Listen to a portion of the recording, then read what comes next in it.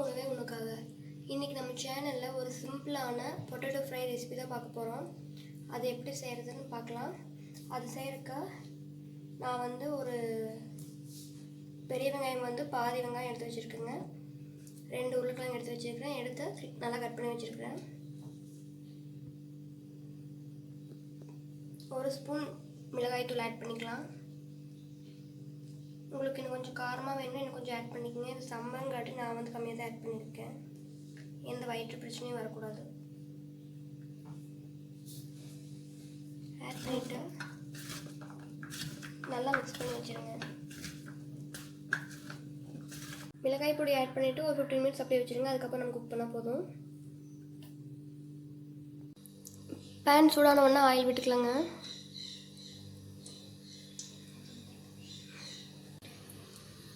எண்ணெய் காஞ்சிடுச்சுங்க. எண்ணெய் காஞ்ச உடனே 1 ஸ்பூன் சோம்பு ஆட் பண்ணிக்கலாம்.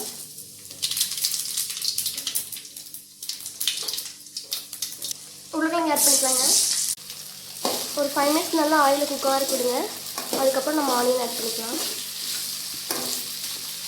உருளைக்கிழங்கு ஆட் பண்ணி 5 மினிட்ஸ் ஆச்சுங்க.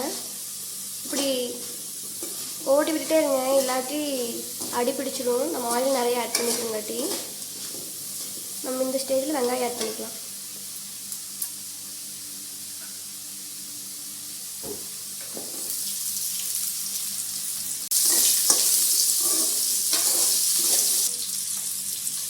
இந்த டிஷ்ஷுக்கு தேவையான அளவு உப்பு ஆட் பண்ணிக்கோங்க. நான் ஏன் வெங்காயம் ஃபஸ்ட்டு ஆட் பண்ணலைன்னா, நம்ம ஃபஸ்ட்டே ஆட் பண்ணிட்டா சாப்பிடும்போது அந்த க்ரன்ச்சினஸ் ஃபீல் ஆகாதுங்க. அதுங்காட்டி தான் உருளைக்கிழங்கு கொஞ்சம் குக் ஆனதுக்கப்புறம் வெங்காயம் ஆட் பண்ணுறேன். 10 மினிட்ஸ் லோ ஃப்ளேமில் வச்சு நல்லா குக் ஆக விடுங்க. இந்த ஸ்டேஜில் நம்ம கொஞ்சம் கருவேப்பிலை ஆட் பண்ணிக்கலாம் வாசனைக்காக.